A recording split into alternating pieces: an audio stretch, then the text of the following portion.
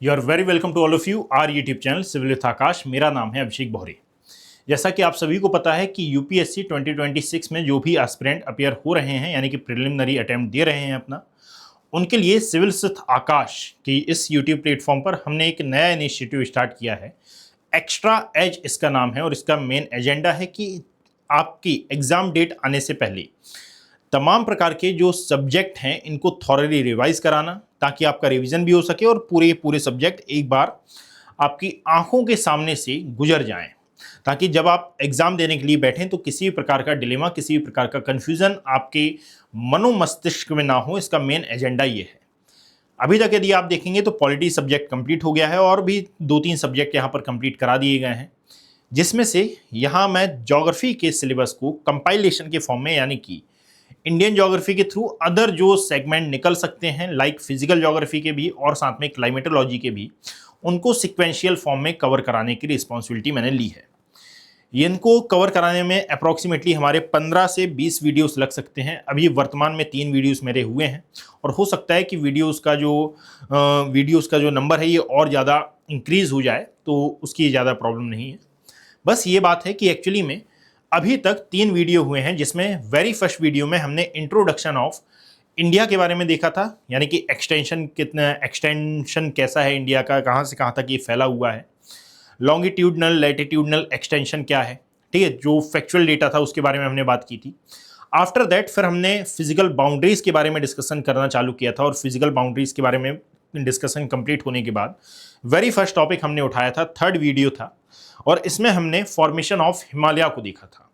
आज का जो वीडियो है ये बेसिकली स्ट्रक्चर ऑफ हिमालयास पर आधारित है, यानी कि यहाँ पर हम ये देखेंगे कि जब हिमालय का फॉर्मेशन हो गया तो हिमालय का फॉर्मेशन बेसिकली 4 रेंजेस के फॉर्म में हुआ, यानी कि the first one is trans Himalaya, greater Himalaya और middle Himalaya and then Shivalik. नीचे यदि आप देखेंगे तो इंडो गैंगेटिक प्लेन आपको देखने के लिए मिलेगा, बट इसके अलावा भी कई ऐसे फैक्ट्स होते हैं जो कि जनरली छोड़ देता है स्टूडेंट, और बल्कि इनको पढ़ना बहुत ही ज़्यादा एसेंशियल माना जाता है। जैसे कि मेन सेंट्रल थ्रस्ट की यदि हम बात करें, मेन बाउंड्री थ्रस्ट की यदि हम बात करें, तो ये ऐसे कंसेप्ट होते हैं जिनको आपको पढ़ना होगा। और अब चलिए मैं स्टार्ट करता हूँ। बेसिकली आज का टॉपिक है स्ट्रक्चर ऑफ हिमालय। तो हिमालय को हमने कितने पार्ट्स में बाइफरकेट किया है, इसके बारे में हम डिस्कस करना चालू करेंगे ट्रांस हिमालय से, बट ऑब्वियसली बात है कि हमारा डिस्कशन स्टार्ट होगा। देन ग्रेटर हिमालय, फिर मिडिल हिमालय यानी कि जिसको हम also known as lesser Himalaya भी कहते हैं, और साथ ही साथ फिर शिवालिक के बारे में हम डिस्कस करेंगे। इसके बीच के जितने भी फैक्ट्स हैं उनके बारे में हम ओवरऑल डिस्कस करते जाएंगे। एक बात आप समझिएगा, वीडियो में आगे बढ़े उससे पहले मैं आपको बता देता हूं कि जिस प्लेटफॉर्म पर आप ये क्लासेस देखते हैं इसका नाम है ये basically Chanakya IAS academy Chandigarh branch का यूट्यूब प्लेटफॉर्म है, जिसका नाम है सिविल्स विथ आकाश। और यदि आपको सिविल्स विथ आकाश या फिर चाणक्य आईएएस एकेडमी के किसी भी बैच से ज्वाइन होना है तो आप कॉल कर सकते हैं 8264199959, ये दिया हुआ कॉन्टैक्ट नंबर। जब आप यहाँ पर कॉन्टैक्ट करेंगे तो हमारी जो काउंसलिंग टीम है ये आपको पूरा गाइड करेगी कि भाई बैचेस किस प्रकार से होते हैं, इनमें कब कब कौन कौन सी क्लासेस होने वाली हैं, फ्यूचर में जितनी भी क्लासेस होने वाली हैं उनका प्री प्लान यहाँ पर आपको स्ट्रक्चर देखने के लिए मिलेगा। और साथ में एकोमोडेशन, जितनी भी प्रकार के जो डाउट्स हैं आप यहाँ पर कॉल करके क्लियर कर सकते हैं। हमारी काउंसलिंग टीम आपकी सेवा के लिए हमेशा प्रेजेंट है। साथ ही यदि मान लीजिए आप 2026 में किसी भी स्टेट पीसीएस या फिर यूपीएससी का एग्जाम अटेंड कर रहे हैं तो भी आप फ्री मेंटोरशिप प्रोग्राम यहाँ पर ज्वाइन कर सकते हैं। इसके लिए कोई एक्स्ट्रा कॉस्ट आपको नहीं बेयर करनी है, यानी कि बस आपको कॉल करना है, अपना आप यानी कि प्रॉब्लम बताइए और उसको सॉल्व कर दिया जाएगा। आप Chanakya IAS academy Chandigarh branch के स्टूडेंट हों, सिविल्स विथ आकाश के स्टूडेंट हों या ना हों, इससे कुछ फर्क नहीं पड़ता। यदि आपकी थोड़ी भी सहायता हम कर पा रहे हैं तो वो हमारे लिए बेनिफिशियल है, हमारे लिए वही फ्रूटफुल है। तो आप यहाँ पर बिल्कुल फ्री माइंड से कॉल कर सकते हैं और अपनी जो समस्याएं हैं उनका समाधान आप प्राप्त कर सकते हैं। चलिए स्टार्ट करते हैं। अच्छा, एक और बात कि यदि आपको मुझसे ज्वाइन होना है तो आप टेलीग्राम पर सर्च कर सकते हैं अभिषेक कुमार ज्योग्राफी। जब आप अभिषेक कुमार ज्योग्राफी ये सर्च करेंगे तो मेरी फोटो के साथ वहां पर टेलीग्राम हैंडल आ जाएगा और इसको आप ज्वाइन कर सकते हैं, ताकि आगामी तमाम प्रकार की जो अपडेट्स हैं ये आपको पहले ही मिल सकें। ओके, चलिए अब हम स्टार्ट करते हैं आज का अपना ये टॉपिक लेक्चर नंबर 4 टॉपिक है बेसिकली स्ट्रक्चर ऑफ हिमालय। और इसके बारे में क्यों जानना जरूरी है, बेसिकली एक कॉमन सा क्वेश्चन है कि सर स्ट्रक्चर ऑफ हिमालय के बारे में हम क्यों जानें। क्योंकि याद रखो कि फॉर्मेशन ऑफ हिमालय में आपने ये देखा है कि एक्चुअली में जो इंडो ऑस्ट्रेलियन प्लेट है और साथ में जो यूरेशियन प्लेट है, इन दोनों में जब सबडक्शन की प्रोसेस हुई तो सबडक्शन होने के कारण, किसमें, इंडियन एंड यूरेशियन प्लेट में सबडक्शन होने के कारण एक्चुअली में हिमालय का फॉर्मेशन हुआ। बट ये हिमालय का फॉर्मेशन तो हो गया, लेकिन प्रेजेंट टाइम में मैंने आपको पहले के लेक्चर में बताया है कि ये जो कोलिजन है ये एक्चुअली में अभी प्रेजेंट टाइम में भी हो रहा है। और यदि कोलिजन हो रहा है तो ऐसी कोई तो लाइन होगी ना जिसके सहारे ये कोलिजन हो रहा हो। तो इन लाइंस के लिए आधार पे ये कहा जाता है कि हिमालय बेसिकली एक यंग फोल्डेड माउंटेन है। दैट मींस ये आज भी अपनी जो ग्रोथ है ये कर रहा है। और इसीलिए आपको ये मालूम होना चाहिए। और साथ ही साथ पूरा हिमालय यदि हम बात करें तो पूरा all over Himalaya only tectonic activity से फॉर्म नहीं है। जैसे कि लाइक शिवालिक एक ऐसा माउंटेन है जो कि टेक्टोनिक एक्टिविटीज के साथ साथ सेडिमेंटेशन की प्रोसेस से भी बना हुआ है। तो ये जो छोटे मोटे फैक्ट्स होते हैं, कंसेप्चुअल डेटास होते हैं, उनके बारे में आपको थोड़ी सी इंफॉर्मेशन होनी चाहिए। इसीलिए याद रखिएगा ये पूरा टॉपिक कवर होता है बेसिकली माउंटेन रेंजेस में, या फिर यूं कहा जाए कि स्ट्रक्चर ऑफ हिमालयाज में। और इसीलिए आपको जानना जरूरी होता है स्ट्रक्चर ऑफ हिमालयाज। क्यों? क्योंकि इसमें मल्टीपल पैरेलल रेंजेस आपको देखने के लिए मिलेंगी और हर एक रेंज का जो अपना अपना कंसेप्ट है ये अलग है। जैसे इनकी डिफरेंट हाइट्स हैं, इनका ओरिजिन की प्रोसेस हो सकता है कि अलग अलग हो, और साथ में यहाँ पर डिफरेंट रॉक्स आपको देखने के लिए मिलेंगी।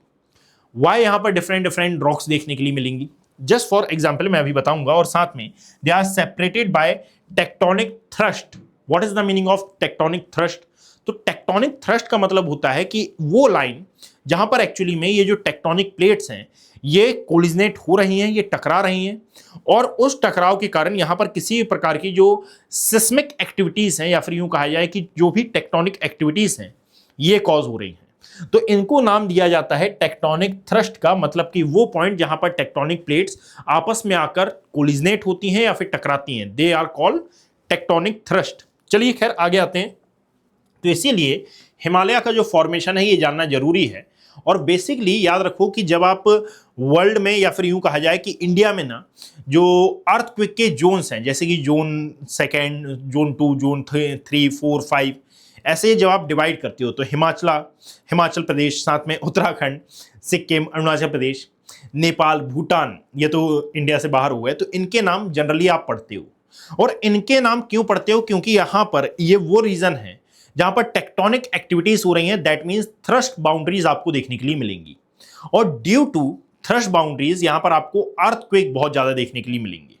यानी कि जो हिमालय फॉर्मेशन है, स्ट्रक्चर ऑफ हिमालय है, ये हमको बता देता है कि एक्चुअली में कहां कहां पर अर्थक्वेक ज्यादा आएंगे, ये जो डिजास्टर्स हैं ये थोड़े से ज्यादा आपको देखने के लिए मिलेंगे, और कहां पर कंपैरेटिवली कम मिलेंगे।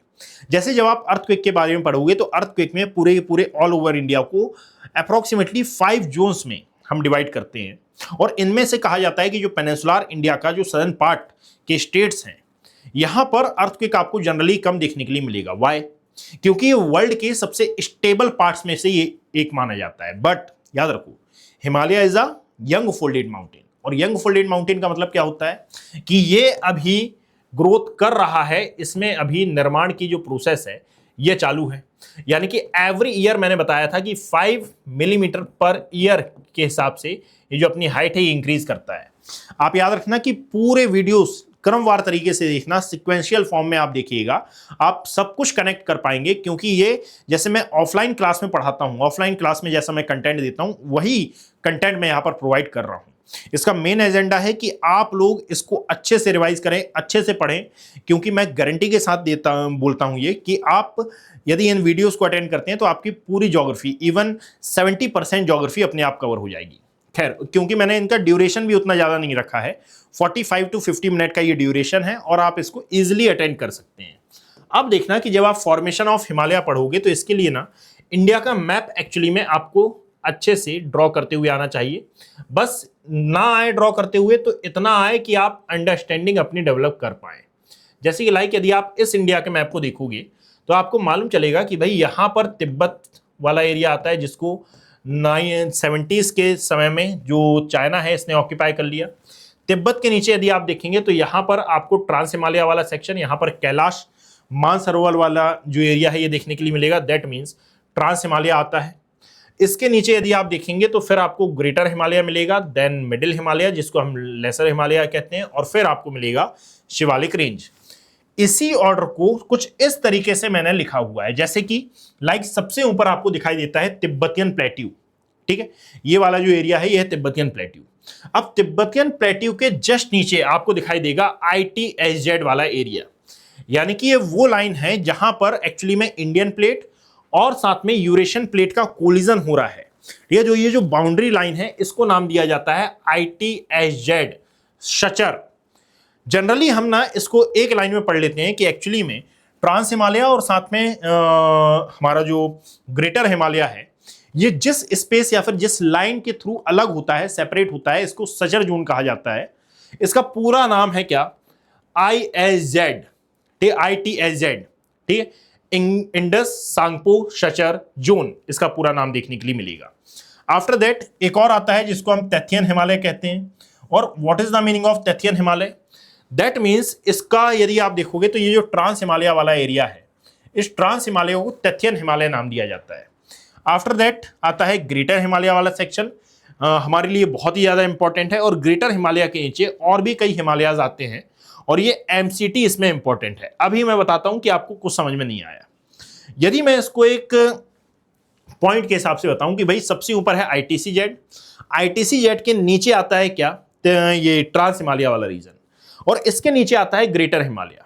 बट याद रखिएगा कि तिब्बतियन प्लेट्यू और साथ में ये हमारा ट्रांस हिमालय और ग्रेटर हिमालय, इन दोनों के बीच बीच में अकर करता है एक लाइन के थ्रू। यदि आप ड्रॉ करना चाहें तो इनके बीच में मौजूद है हमारा ITSZ वाला सेक्शन।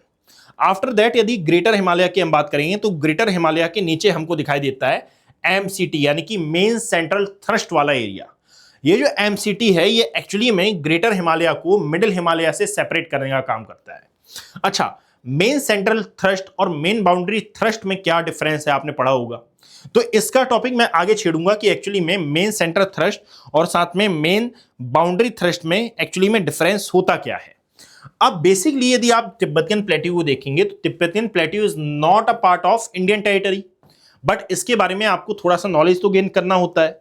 और वाई, क्यों नॉलेज गेन करना, ये देखो मैंने फुल फॉर्म बताया था कि ITSZ का फुल फॉर्म क्या है। यहां पर आप लिख सकते हैं कि ITSZ का full form Indus Tsangpo suture zone ये आता है। इसकी लेंथ अप्रोक्सीमेटली 3200 किलोमीटर है, north west to north east direction में फैला हुआ है।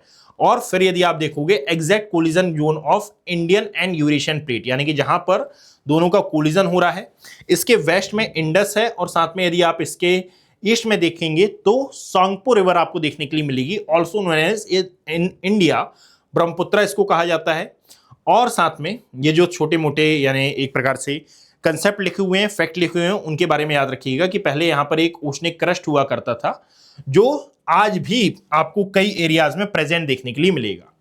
डायग्राम के अकॉर्डिंगली यदि आप बात करोगे तो ये देखो, ये लिखा हुआ है Indus Tsangpo suture zone greater Himalaya के जस्ट ऊपर वाले एरिया में आती है, और ये वाला जो एरिया है ये पूरा पूरा तिब्बतियन प्लेट्यू वाला रीजन है, ये लिखा हुआ है तिब्बतियन प्लेट्यू।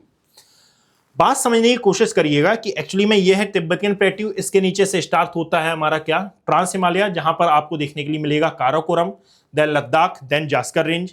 तो ये और इसमें यानी कि तिब्बतियन प्लेट्यू और साथ में इंडस सांगपो शचर जोन में क्या रिलेशन आपको देखने के लिए मिल रहा है। एक्चुअली में याद रखिएगा इंडस सांगपो शचर जोन वो एरिया है जहां पर टेक्टोनिक एक्टिविटीज हो रही हैं, और इसी कारण से यदि आपने सुना हो कि मानसरोवर वाले एरिया में या फिर तिब्बतियन प्लेट्यू वाले एरिया में जो अर्थक्वेक की एक्टिविटीज हैं ये आपको ज्यादा देखने के लिए मिलती हैं due to ITSZ। So ITSZ की लोकेशन थोड़ा सा जान लेना आपके लिए जरूरी होता है। And the second thing is, just a second,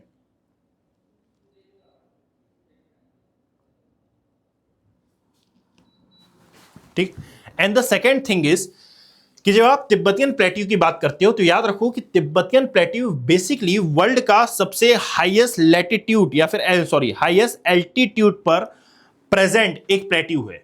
this is not a part of Himalaya, it is a separate unit जो कि लोकेट है कहां, हिमालय के नदन पार्ट में। बट इसका जो फॉर्मेशन है ये एक्चुअली में इंडियन प्लेट और साथ में जो हमारी यूरेशियन प्लेट है इनके सबडक्शन की एक्टिविटी के कारण हुआ है। What is the meaning of subduction?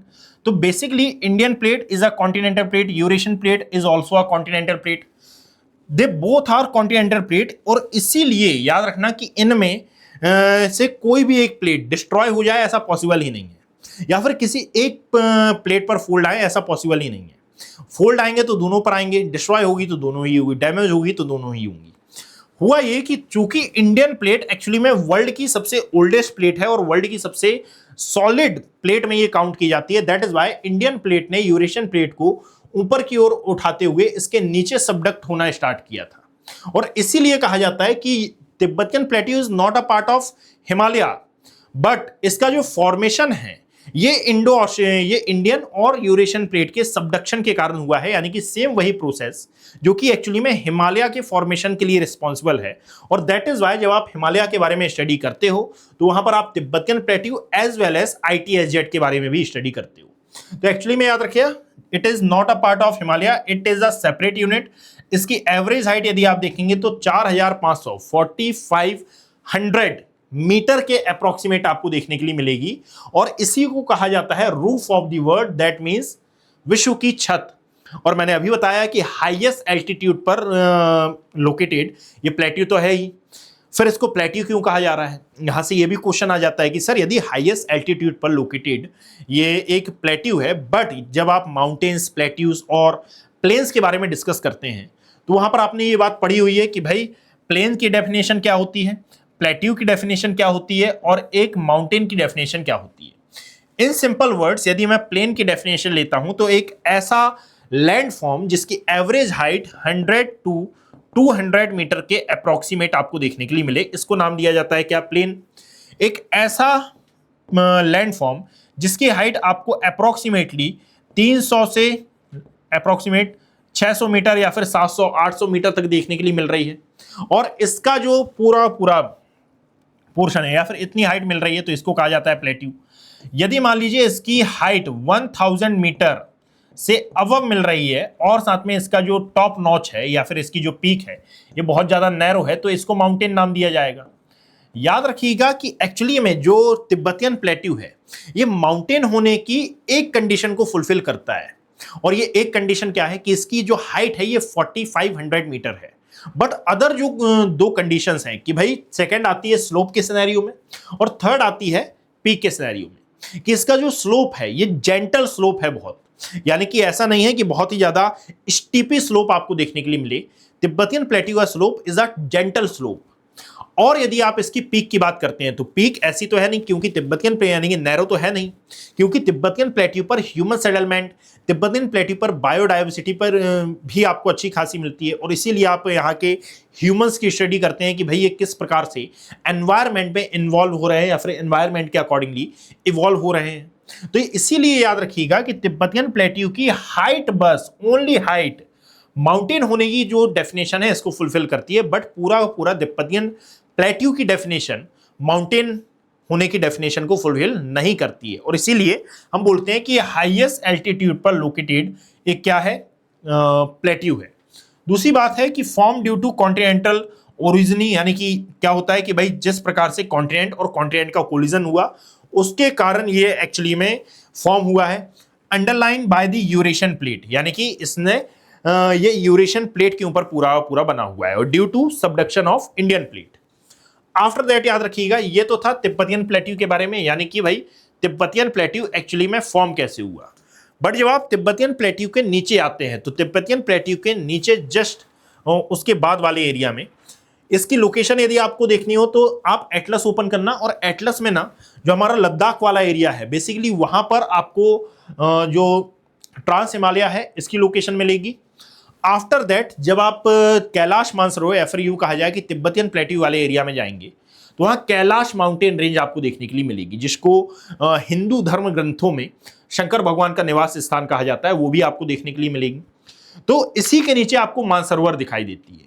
और इसी यात्रा को कैलाश मानसरोवर कहा जाता है। करंट अफेयर का सिनेरियो है, इसको भी आप मार्क करिएगा या फिर याद रखिएगा कि बेसिकली कैलाश मानसरोवर यात्रा के लिए हम ना दो पासेस का यूज करते हैं। यदि आपको कैलाश मानसरोवर यात्रा पर जाना है इंडिया से, तो आप इंडिया से जाते समय दो पास का यूज करेंगे बाय द नेम ऑफ, एक आता है हमारा Lipulekh pass, basically located on Uttarakhand, and the second one is आपको देखने के लिए मिलेगा Nathula pass, located in Sikkim. ठीक है, तो ये दो पास हैं जिनका आप कैलाश मानसरोवर यात्रा के लिए यूज करते हैं, जिसमें से लिपुलेख पास पर बहुत टाइम तक इंडो चाइना डिस्प्यूट आपको देखने के लिए मिलेगा, बट प्रेजेंट टाइम में ये both are opens, but mainly use हम करते हैं लिपुलेख पास का। खैर, कैलाश मानसरोवर यात्रा के बारे में हम थोड़ी देर बाद डिस्कस करते हैं। पहले हम आते हैं मेन जो ट्रांस हिमालय है उस पर।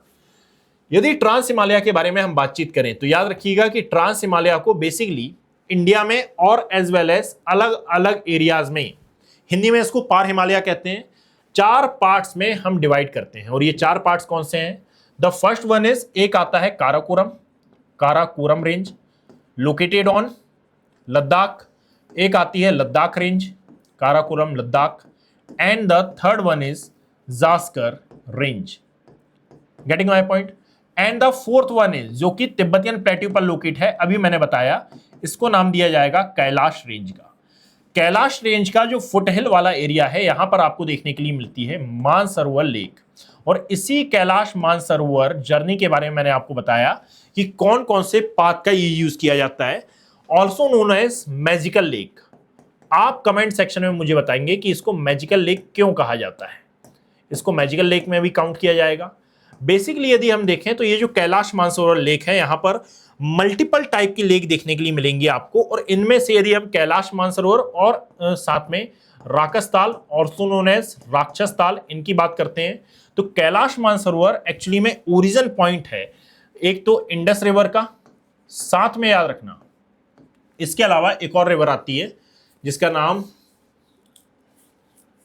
अच्छा मानसरोवर के आसपास है ना, राकसताल से जैसे यदि आप देखोगे तो सतलुज रिवर का, और इसी के आसपास से यदि आप देखें तो ब्रह्मपुत्रा रिवर का भी आपको ओरिजिन देखने के लिए मिलेगा। नो डाउट कि ब्रह्मपुत्रा रिवर का ओरिजिन मानसरोवर के पास जो एक ग्लेशियर है by the name of Chemayungdung glacier, यहां से होता है, but they all are located in the area of Mansarovar lake. That is why मैंने ये बताया कि मानसरोवर लेक को एक वाटर डिवाइडर भी कहा जाता है, क्योंकि अलग अलग डायरेक्शन में यहां से रिवर्स का ओरिजिन होता है। कि भाई एक रिवर जैसे लाइक मानसरोवर की आप बात करो तो मानसरोवर ओरिजिनेट हो रही है बट ये ईस्टर्न डायरेक्शन में फ्लो कर रही है, इंडस ओरिजिनेट हो रही है बट ये नॉर्थ वेस्ट डायरेक्शन में फ्लो कर रही है।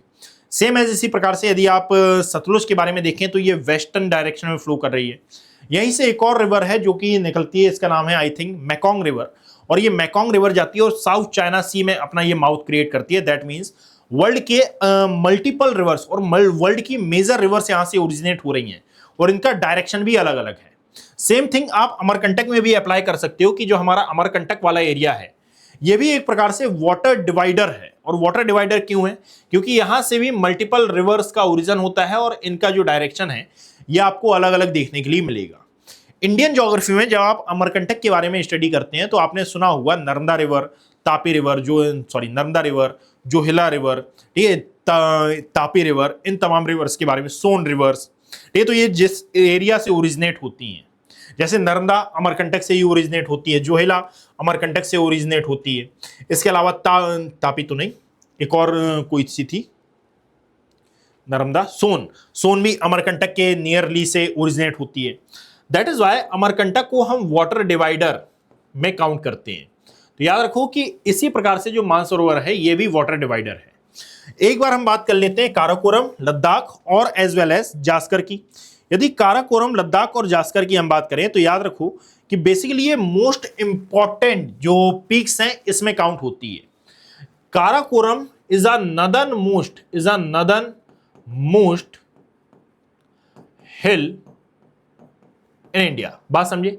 यदि आप यहां पर देखोगे तो मल्टीपल टाइप के आपको ग्लेशियर देखने के लिए मिलेंगे, जैसे कि लाइक ग्लेशियर को यदि मार्क करना हो तो मैप आपने खोला हो तो वहां पर मार्क करना, सियाचिन, हिस्पर, बियाफू, बाल्टोरो, ये मल्टीपल टाइप के ग्लेशियर्स हैं। ठीक इसी प्रकार से यदि आप यहां पर एक पास की बात करोगे तो यहां पर आपको काराकोरम पास भी मिलेगा। खैर, पासेस से रिलेटेड मैं एक अलग चैप्टर यहां पर बनाऊंगा और साथ में ये पास क्यों इंपॉर्टेंट है इसके बारे में भी हम डिस्कस करेंगे। बात की जाए लद्दाख की तो यहां पर आपको एक पास मिलेगा by the name of Khardungla pass. और याद रखिएगा कि ये लद्दाख रेंज क्यों इंपॉर्टेंट है, क्योंकि यहीं पर जो लद्दाख है इसके सदर्न पार्ट से आपको इंडस बहती हुई नजर आएगी। बेसिकली अब याद रखो कि एक्चुअली में काराकोरम और लद्दाख के बीच में एक रिवर है और bye the name of Shyok river, और लद्दाख और जास्कर के बीच में एक रिवर है by the name of Indus river. Shyok river is a tributary of Indus river, यानी कि श्योक एक्चुअली में इंडस की ट्रिब्यूटरी है और ये फ्लो होती है कहां पर, लद्दाख और जास्कर के बीच में। जास्कर की यदि हम बात करते हैं तो यहां पर एक आपको वो मिलेगा, क्या पास मिलेगा बाय द नेम ऑफ बुर्जिल, और एक और मिलता है जिसको नाम दिया जाता है जोजिला, बुर्जिल एंड जोजिला पास। ये दोनों पास आप याद रखिएगा। यानी कि ट्रांस हिमालय में कौन कौन से पास हैं? सबसे नदर्न मोस्ट पास इंडिया का आता है काराकोरम, देन आपको मिलेगा देन आपको मिलेगा खारदुंगला पास, देन आपको बुर्जिल और जोजिला देखने के लिए मिलेंगे। कई बार हो ये जाता है कि इन्हीं के अकॉर्डिंगली ना आपको नॉर्थ टू साउथ ऑर्डर यहां पर जमाने के लिए आ जाता है, और यदि आपको इसका नॉर्थ टू साउथ ऑर्डर चाहिए हो तो नॉर्थ टू साउथ ऑर्डर ये होगा कि सबसे ऊपर आपको देखने के लिए मिलेगा सियाचिन वाला एरिया। आफ्टर दैट नीचे आओगे तो काराकोरम मिलेगा। काराकोरम से भी जब आप सदर्न पार्ट में आओगे तो आपको श्योक रिवर मिलेगी। श्योक रिवर से जब आप नीचे आते हैं और सदर्न पार्ट में तो आपको लद्दाख रेंज मिलेगी। लद्दाख रेंज से भी जब आप नीचे आएंगे तो आपको इंडस रिवर मिलेगी। इंडस रिवर से भी जब आप साउथ में आएंगे तो आपको जास्कर रेंज मिलेगी। इसी के बीच में याद रखो कि एक्चुअली में यहां पर पास भी आ सकते हैं, जैसे लाइक काराकोरम रेंज पर काराकोरम पास ही प्रेजेंट है, लद्दाख रेंज पर खारदुंगला पास प्रेजेंट है, जास्कर रेंज पर यदि आप देखेंगे तो बुर्जिल एंड जोजिला पास आपको प्रेजेंट दिखाई देंगे।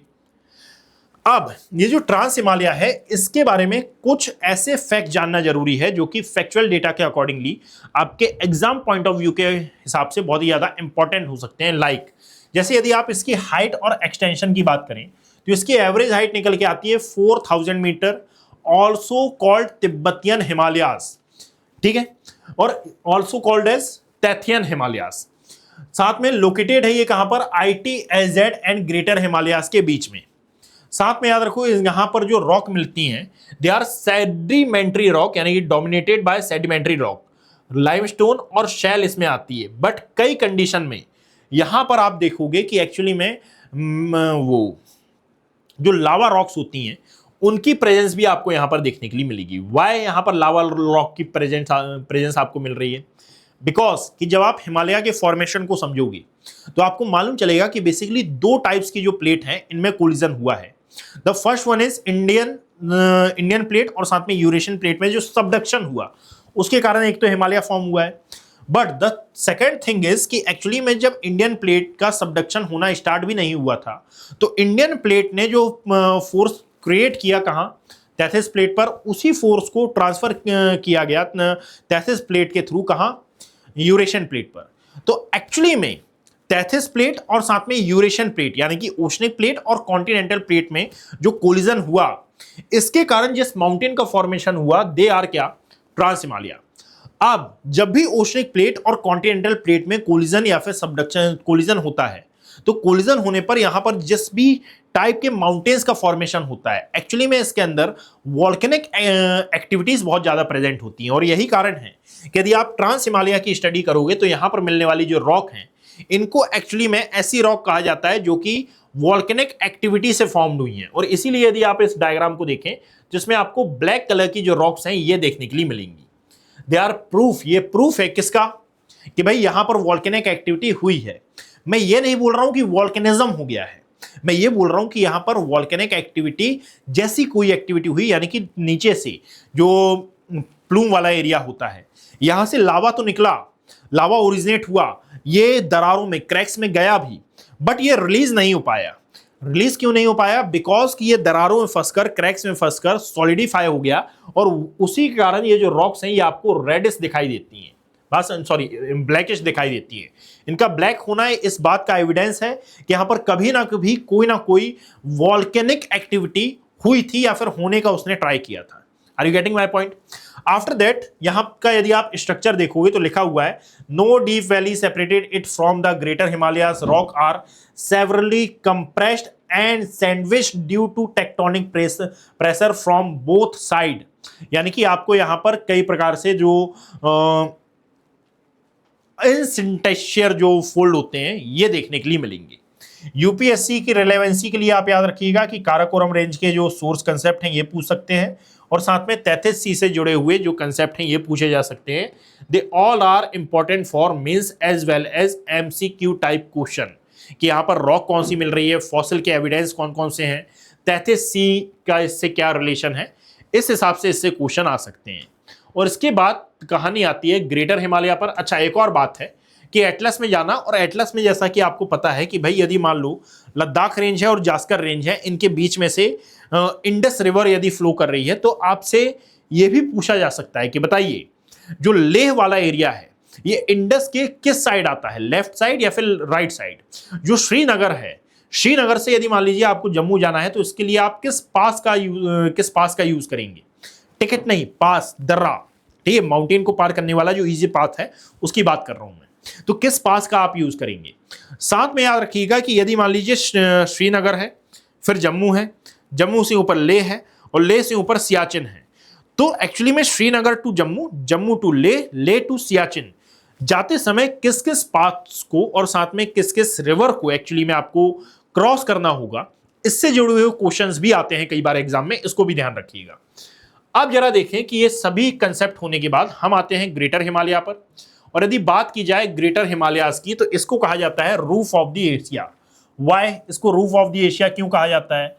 क्योंकि आप जरा समझो कि एक्चुअली में ना ग्रेटर हिमालय कितना बड़ा है, कितना बड़ा है इसका अंदाजा आप इस हिसाब से लगा लो कि माउंटेन रेंजेस की यदि आप बात करेंगे कि वर्ल्ड में कौन कौन सी माउंटेन रेंजेस अकर करती हैं और उनकी जो एवरेज हाइट वगैरह है ये कितनी है, तो याद रखो माउंट एवरेस्ट की हाइट आती है 8848 मीटर, कंचनजंगा की 8586 मीटर, मकालू की 8485 मीटर।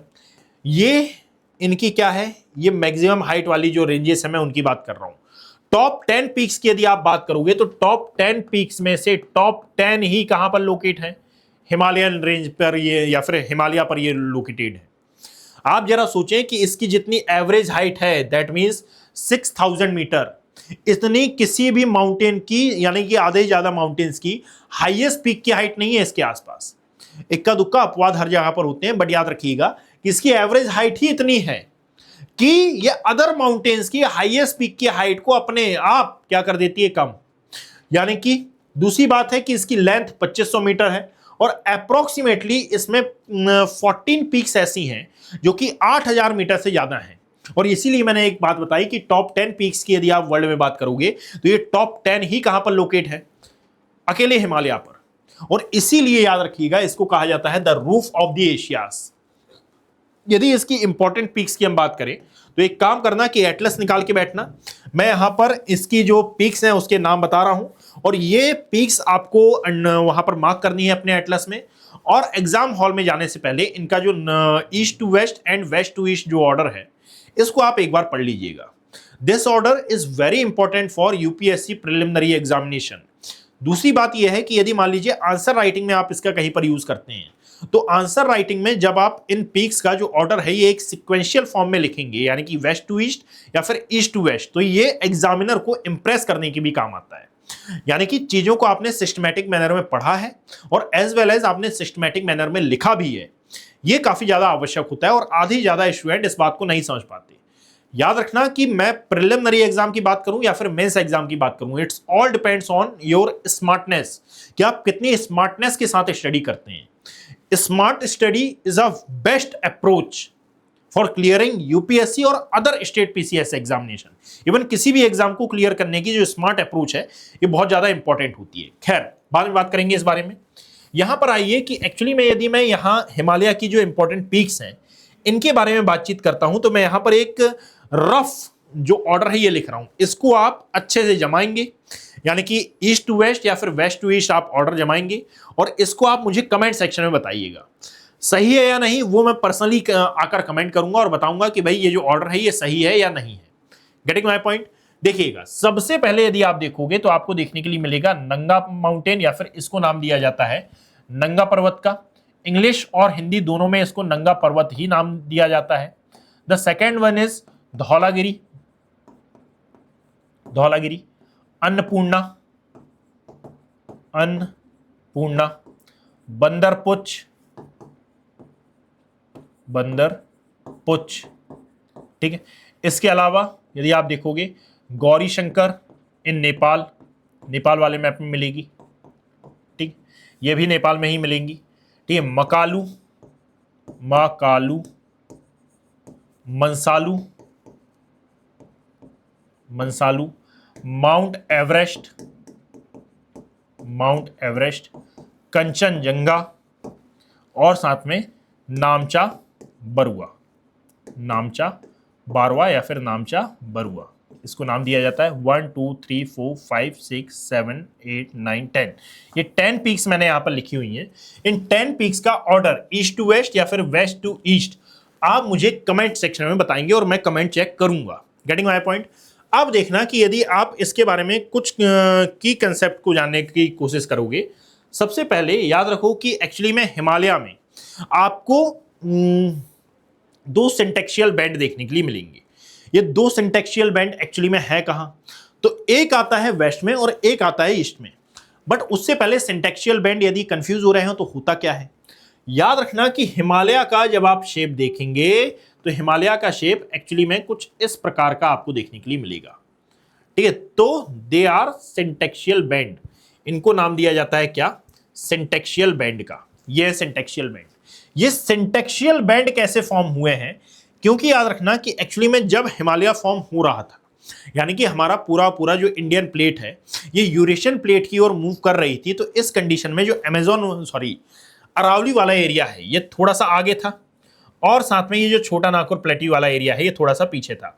और एक्चुअली में हमारा जो पूरा पूरा पेनिनसुलर इंडिया है ये कुछ इस तरीके से मूवेबल था, इस तरीके से मूवेबल था। दैट मीन्स कि जो अरावली वाला सेक्शन है ये सबसे पहले यूरेशियन प्लेट से टकराया, सेकेंडरी ये जो छोटा नागपुर प्लेट्यू है ये टकराया, और फिर ये जो mid of the part of क्या यूरेशियन प्लेट, इंडियन प्लेट, ये टकराया। तो ये वाला जो पोर्शन है इसके टकराए जाने के कारण, इसके हिट के कारण, इसके कोलिजन के कारण जो ये ऊपर की ओर बढ़ा हुआ भाग है, यानी कि है हिमालय ही, बट ये थोड़ा सा आगे की ओर मूव कर गया है। ये वाला जो पोर्शन है ये थोड़ा सा पीछे की ओर मूव किया है। क्यों, क्योंकि बाद में छोटा नागपुर प्लेट्यू टकराया। बट इन दोनों का फॉर्मेशन यदि आप देखेंगे तो इन दोनों का फॉर्मेशन उन फोल्ड के कारण हुआ है जो कि एक्चुअली में यूरेशियन प्लेट पर आए हैं। यूरेशियन प्लेट पर आए फोल्ड्स के ये फॉर्म हुआ है। एक सिंटेक्शियल बैंड ये हो गया, एक ये हो गया। बट इन कंपैरेटिवली यदि हम बात करें तो मैंने आपको लास्ट क्लास में बताया था कि यहां पर कई प्रकार की जो रिवर्स हैं ये भी फ्लो करती थी, एज वेल एज यदि आप देखोगे तो भाई इंडियन प्लेट पर भी जो मल्टीपल टाइप की रिवर्स हैं ये फ्लो करती थी। और ये अपने सेडिमेंट का सेडिमेंटेशन एक्चुअली में यहां पर जो तैथिस जियोसिंक्लाइन थी यहां पर किया करती थी। दैट मीन्स यदि इनका, ठीक है, यूरेशियन प्लेट का ये वाले पोर्शन में और इंडियन प्लेट के ये वाले पोर्शन में यदि आप देखेंगे तो यहां पर सेडिमेंट्री रॉक पहले से प्रेजेंट थी, और सेडिमेंट्री रॉक इन कंपैरेटिवली थोड़ी सॉफ्ट होती हैं किससे, यहां पर प्रेजेंट रॉक से। इसीलिए जब ये वाला पोर्शन यानी कि mid part of the Indian plate और mid part of the Eurasian plate ये दोनों आपस में टकराए तो एक्चुअली में यहां पर सबडक्शन भी हुआ और कुछ फोल्डिंग की एक्टिविटी भी हुई, क्योंकि यहां पर जो सेडिमेंटेशन हुआ था उसमें फोल्ड आना या फिर उसमें वलन आना स्टार्ट हुए। और इसीलिए एक बात कही जाती है कि ये जो सिंटेक्शियल बैंड है ये फॉर्म हुए हैं, जिसमें वेस्टर्न पार्ट वाला फॉर्म हुआ है किसके कारण, एक्चुअली में अरावली माउंटेन रेंज वाला जो एरिया था इसके सबडक्ट या फिर इसके टकराव के कारण, इसके कोलिजन के कारण, ईस्टर्न वाला छोटा नागपुर प्लेट्यू वाले एरिया के कारण, और मिड वाले पार्ट में जो माउंटेन रेंजेस हैं ये ज्यादा हाइटेड हैं, क्योंकि यहां पर एक्चुअली में सेडिमेंटेशन में जो सेडिमेंट आए थे उनमें फोल्डिंग की एक्टिविटी हुई, और साथ में इंडियन और यूरेशियन प्लेट दोनों में यहां पर फोल्डिंग की एक्टिविटी हुई। तो मैं बताना क्या चाह रहा हूं, याद रखिएगा कि जो वेस्टर्न सिंटेक्शियल बैंड है ये इससे फॉर्म हुआ है नंगा पर्वत, जो कि बेसिकली याद रखना कि पाकिस्तान वाले एरिया में लोकेट माना जाता है कई बार, but this is not a part of Pakistan. क्यों, क्योंकि इसकी लोकेशन पीओके के आसपास है। तो जब आप देखोगे तो कई जगह पर इसको पाकिस्तान कहा जाता है कि पाकिस्तान में लोकेट है, बट इसकी लोकेशन पाकिस्तान में नहीं आती है। Getting my point. इन यदि ईस्टर्न पार्ट का जो सेंटेक्सियल बैंड है इसको आप देखें तो इसमें आता है नामचा वरवा। इसकी लोकेशन अरुणाचल प्रदेश में आपको देखने के लिए मिलेगी। माउंट एवरेस्ट की यदि हम बात करें तो इसकी हाइट 8849 मीटर है। इससे पहले तक इसकी जो हाइट है ये 8848.50 काउंट की जाती थी, बट अभी एक साल पहले एक स्टडी हुई और करंट अफेयर का ये पार्ट बना और इसमें ये बात कही गई कि एक्चुअली में माउंट एवरेस्ट की जो हाइट है ये वापस से रीमेजर की गई और इसमें माउंट एवरेस्ट की हाइट में कुछ आपको इंक्रीजमेंट देखने के लिए मिला। क्यों? क्योंकि माउंट एवरेस्ट हो या फिर कोई भी हिमालय की पीक हो, हिमालय की कोई भी पीक हो, ये अभी भी ग्रोथ की कंडीशन में है। तो यहां पर याद रखना वर्ल्ड की हाईएस्ट पीक है नाम जो कंचनजंगा है, इसके बारे में याद रखिएगा कि ये इंडिया की हाईएस्ट पीक है और सभी पीक्स को यदि हम मिला लें तो इनकी हाइट एक्चुअली में 7000 मीटर के आसपास अकर करती है। ऑल ओवर हिमालय की जो हाइट है ये 6000 मीटर के आसपास है। मैं आपको 3 क्वेश्चन देना चाहूंगा और ये 3 क्वेश्चन क्या है, तो एक तो मैं आपको बोलूंगा कि भाई इंडिया हाईएस्ट पीक बताइए, हाईएस्ट पीक ऑफ इंडिया। तो यदि मैं आपसे पूछूं हाईएस्ट पीक ऑफ इंडिया तो आपका आंसर क्या होगा कि सर K2 है, Godwin Austen is a part of trans Himalaya. मैं दूसरा क्वेश्चन आपसे करूंगा कि बताइए highest peak of the world या फिर highest peak of the Himalaya. तो आपका आंसर होना चाहिए क्या कि sir highest peak of the world और highest peak of the Himalaya is Mount Everest. But यदि मैं आपसे क्वेश्चन करता हूं कि highest peak of the India located in कहां, हिमालय, लोकेटेड इन हिमालय, तो व्हाट इज योर आंसर? आपका आंसर होगा सर कंचनजंगा। क्यों सर? ये भी तो हो सकता है यदि आप अभी गूगल सर्च करेंगे या फिर एटलस ओपन करके आप बैठे होंगे तो K2 की जो हाइट है ये तो कंचनजंगा से ज्यादा है। सो वाई कि मैंने यहां पर बोला है कि भाई जो कंचनजंगा है ये इंडिया की हाईएस्ट पीक है जो कि हिमालय में लोकेट है। क्यों बोला है? तो याद करो, मैंने अभी आपको एक कंसेप्ट बताया कि एक्चुअली में ये वाली जो पीक है या फिर ये जो ट्रांस हिमालय है इसको जब आप देखेंगे तो trans Himalaya is a folded mountain but it's also a volcanic mountain. Why? क्योंकि इसके अंदर वॉल्केनिक एक्टिविटी हुई है और जब आप इसकी रॉक को देखेंगे तो इनको बेसाल्टिक रॉक में काउंट किया जाता है या फिर लावा रॉक में इनको काउंट किया जाता है। तो एक्चुअली बात यही आती है कि भाई पूरे के पूरे हिमालयन रीजन में जो रॉक आपको प्रेजेंट मिल रही हैं दे आर सेडिमेंट्री रॉक। ठीक है, दे आर सेडिमेंट्री रॉक। और एक्चुअली में यदि आप देखोगे तो ट्रांस हिमालय में जो रॉक्स प्रेजेंट हैं इनको नाम दिया जाता है बेसाल्टिक रॉक। सो बेसाल्टिक रॉक की प्रेजेंस के कारण ट्रांस हिमालय को एक्चुअल हिमालय का पार्ट नहीं माना जाता, यानी कि एक्चुअल हिमालय अलग है और ट्रांस हिमालय अलग है। मैं ये नहीं बोल रहा हूं कि ट्रांस हिमालय इंडिया का पार्ट नहीं है, trans Himalaya is a part of India. India के फिजिकल डिवीजन में आप इसको पढ़ेंगे, हिमालय का जब आप डिवीजन करेंगे, स्ट्रक्चर पढ़ेंगे तो इसके बारे में आप स्टडी करते हैं। बट याद रखिएगा कि एक्चुअली में ट्रांस हिमालय को एक्चुअल हिमालय का पार्ट नहीं माना जाता बिकॉज ऑफ कि इसके अंदर वॉल्केनिक एक्टिविटीज हुई हैं और इसके अंदर जो प्रेजेंट रॉक्स आपको दिखाई देती हैं they are basically lava rocks. Getting my point? तो इस बात को याद रखना और इसी से ये जो 3 क्वेश्चंस हैं ये फॉर्म होते हैं। इसके बाद हम नेक्स्ट टॉपिक पर आते हैं और ये है हमारा ग्रेटर हिमालय का जो इंटरनल स्ट्रक्चर है इस पर। भाई ग्रेटर हिमालय का इंटरनल स्ट्रक्चर कैसा है? सबसे पहले जो रिलीफ फीचर्स हैं उसके बारे में हम बात करते हैं कि ट्रांस हिमालय में कई जगह पर आपको डीप गॉर्जेस देखने के लिए मिलेंगी, यानी कि वर्टिकल, ठीक है, बिल्कुल डीप गॉर्ज आपको देखने के लिए मिलेंगे। और इन गॉर्ज का फॉर्मेशन कैसे हुआ है? तो एक्चुअली में यहां पर फ्लो होने वाली जो एंशिएंट रिवर्स थी उन एंशिएंट रिवर्स ने हिमालय के फॉर्मेशन के साथ साथ हिमालय को कट किया और हिमालय के फॉर्मेशन के साथ हिमालय को जब कट किया तो हिमालय का फॉर्मेशन भी होता गया, बट कई प्लेसेस पर आपको डीप गॉर्जेस देखने के लिए मिले और इन्हीं गॉर्ज या फिर इन्हीं गॉर्जेस को आज हम पास बोलते हैं। और इन्हीं पासेस से मल्टीपल जो रिवर्स हैं ये फ्लो करती हैं, कई पासेस से जो रिवर्स हैं ये भारत में एंटर भी करती हैं। और यदि आप देखें जैसे कि लाइक दिहंग गॉर्ज का यदि मैं नाम लूं, यदि मैं शिपकिला गॉर्ज का नाम लूं, तो ये बहुत इंपॉर्टेंट गॉर्ज हैं। शिपकिला गॉर्ज से बेसिकली सतलुज रिवर आती है और ये इंडिया में एंटर करती है। और यदि ब्रह्मपुत्रा की हम बात करें तो ब्रह्मपुत्रा को अरुणाचल प्रदेश में दिहंग कहा जाता है, दैट इज वाई हमने दिहंग गॉर्ज का नाम रखा है।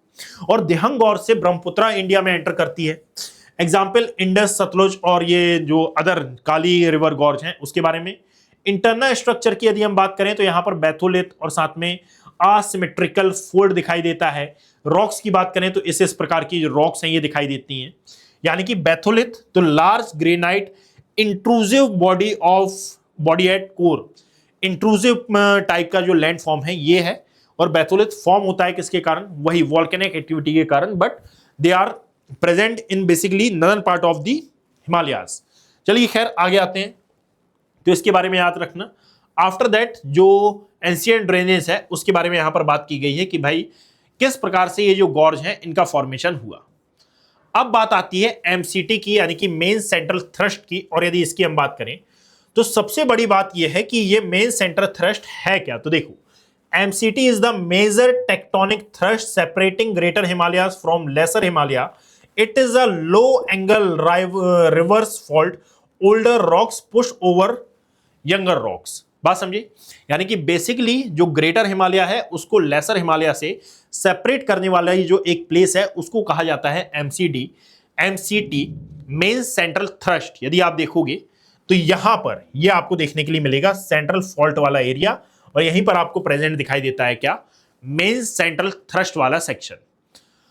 आगे आना, तो ये लो एंगल रिवर्स फॉल्ट क्या होता है, जैसे कि unlike steep normal fault, MCT operates at a low angle यानी कि 10 to 20 degree. This caused massive horizontal displacement, greater Himalayas move southward over lesser Himalayas. ठीक है, इसके बारे में यहां पर बातचीत की गई है, तो आपको एमसीटी याद रखना है। अच्छा, जब मैं क्लास स्टार्ट कर रहा था तो मैंने एमसीटी और साथ में ये एमबीटी में आपसे डिफरेंस पूछा था। इसके बारे में हम बाद में इसके बारे में भी हम जान लेते हैं कि एक्चुअली में ये जो एमसीटी वैलीज हैं ये सिंक्लिनर जो बेसिन होता है उससे क्या रिलेशन है, और साथ में सिस्मिक वेग के बारे में यदि मैंने आपको बताया हो स्टार्टिंग में तो उससे भी याद रखिएगा कि बेसिकली ये एमसीटी ही है जो कि हिमालयन रीजन में अर्थक्वेक के लिए रिस्पॉन्सिबल मानी जाती है। एक तो आईटीएसजेड, दूसरा MCT, third one is MBZ. ये they all are responsible for earthquake, है ना, इन हिमालयन रीजन। तो इसके बारे में आप याद रखना। जैसे यदि जस्ट फॉर एग्जांपल हम बात करें तो 1905 में आप देखोगे कांगड़ा अर्थक्वेक आया था। यदि आप 2015 की बात करोगे तो नेपाल में अर्थक्वेक आया था। और रेगुलर जो माइक्रो अर्थक्वेक्स आते रहते हैं, कई बार ये मेजर अर्थक्वेक में भी चेंज हो जाते हैं, ये सभी इसी के एग्जाम्पल में काउंट किए जाएंगे। यानी कि इसको अर्थक्वेक हजार्ड जोन का नाम दिया जाता है। बेसिकली यदि आप देखो तो जोन 4 और जोन 5 में इसको कई बार रखा जाता है। तो यहां पर याद रखना कि formation of valley along the MCT zone, synclinal basins formed where rocks folded downward. These basins were later filled with lake sediments and alluvium यानी कि जो अवसाद होता है, creating fertile valley floors। जैसे कि like Kashmir valley is a very fertile, Jammu Kashmir में ये है, और it is very important for जो ड्राई फ्रूट्स होते हैं उनके खेती के लिए। काठमांडू वाला एरिया ये नेपाल में है। कुल्लू वैली भी बहुत ज़्यादा एक प्रकार से फर्टाइल एरिया है। और यदि आप देखोगे तो यहाँ पर एप्पल्स वगैरह और जो अदर फ्रूट्स होते हैं जो कि ठंड के मौसम में या फिर यूँ कहा जाए कि विंटर सेशन में उगाए जाते हैं, तो उसके लिए ये जरूरी है। कांगड़ा वैली भी इसी का पार्ट है। बात समझिए, यानी कि अभी तक हमने क्या किया है, तो बेसिकली हमने ये तिब्बतियन प्लेट्यू को समझा, फिर उसके बाद ट्रांस हिमालय को समझा। ट्रांस हिमालय को समझने के बाद हम ग्रेटर हिमालय पर आए, और इनके बीच में जो ITSZ है, साथ ही साथ जो MCT है, इसके बारे में हमने डिस्कस किया। और यहाँ पर अर्थक्वेक क्यों आते हैं और कुछ इंपॉर्टेंट अर्थक्वेक के बारे में हमने डिस्कस किया। आफ्टर ऑल फिर हमने ये देखा कि भाई इनकी क्या क्या इंपॉर्टेंस है, यानी कि यहाँ पर जो फ्लोइंग रिवर्स हैं ये क्यों हमारे लिए इंपॉर्टेंट होती हैं। आफ्टर ऑल एक और बात आती है, दे आर लेसर हिमालय। इस लेसर हिमालय की यदि आप बात करोगे तो याद रखना कि लेसर हिमालय बेसिकली टूरिज्म के अकॉर्डिंगली बहुत बहुत बहुत कुछ ज्यादा ही इंपॉर्टेंट है। यानी कि जितनी भी टूरिस्ट प्लेसेस के आप नाम सुनते हो, शिमला हो, कुल्लू हो, कांगड़ा हो, मसूरी हो, दार्जिलिंग हो, नैनीताल हो, ये सब लेसर हिमालय में ही है। क्यों है? क्योंकि यहाँ का जो क्लाइमेट है ये बहुत एप्रोप्रिएट है। ठीक है, यानी कि एक प्रकार से cool climate, moderate cool climate आपको देखने के लिए मिलेगा। होमोसेपियंस कहां पर रहना पसंद करते हैं?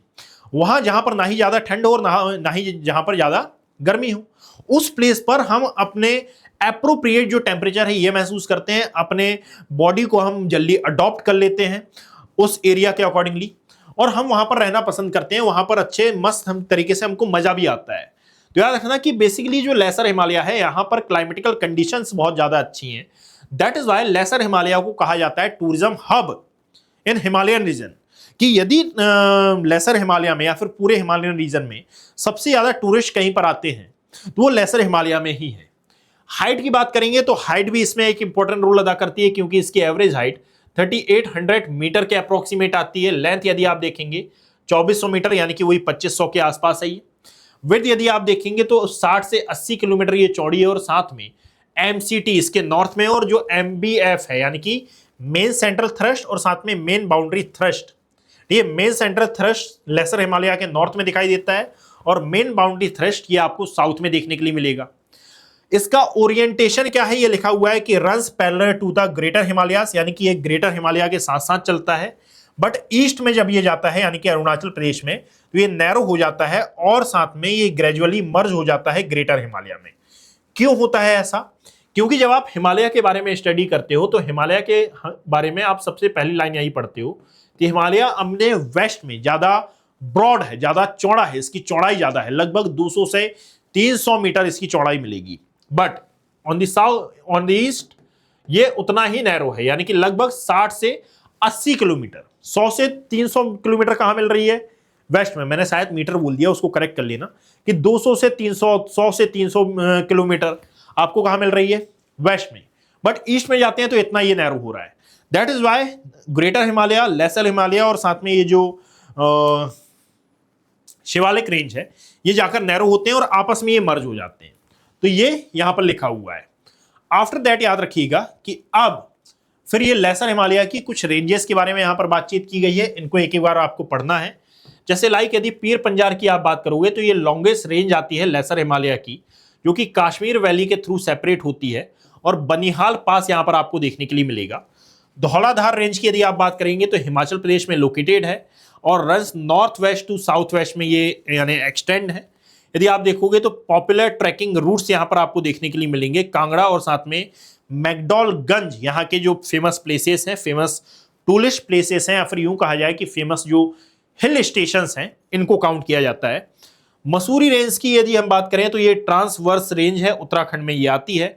और साथ में यदि आप देखोगे तो यहाँ पर कैमरबैक रिज इसको कहा जाता है, यानी कि ऊंट की पीठ के जैसी ये दिखाई देती है, जैसी ऊंट की पीठ होती है कर्व टाइप की, वैसे ये मसूरी रेंज देखने के लिए मिलेगी। एक हिल स्टेशन भी है और सबसे फेमस हिल स्टेशन ये माना जाता है उत्तराखंड का, इवन पूरे नॉर्थ इंडिया का।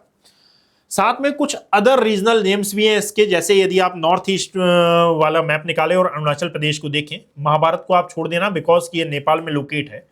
अरुणाचल प्रदेश को यदि आप देखेंगे तो आपको वहां पर डाफला, मिरी, अबोर और मिशमी, साथ में रत्नापीर, ये जो पीक्स हैं ये भी दिखाई देंगी। They all are important for Shivalik range का एक्सटेंशन। और ये क्यों इंपॉर्टेंट है? क्योंकि ये भी एक प्रकार से टूरिस्ट हब में काउंट की जाती हैं।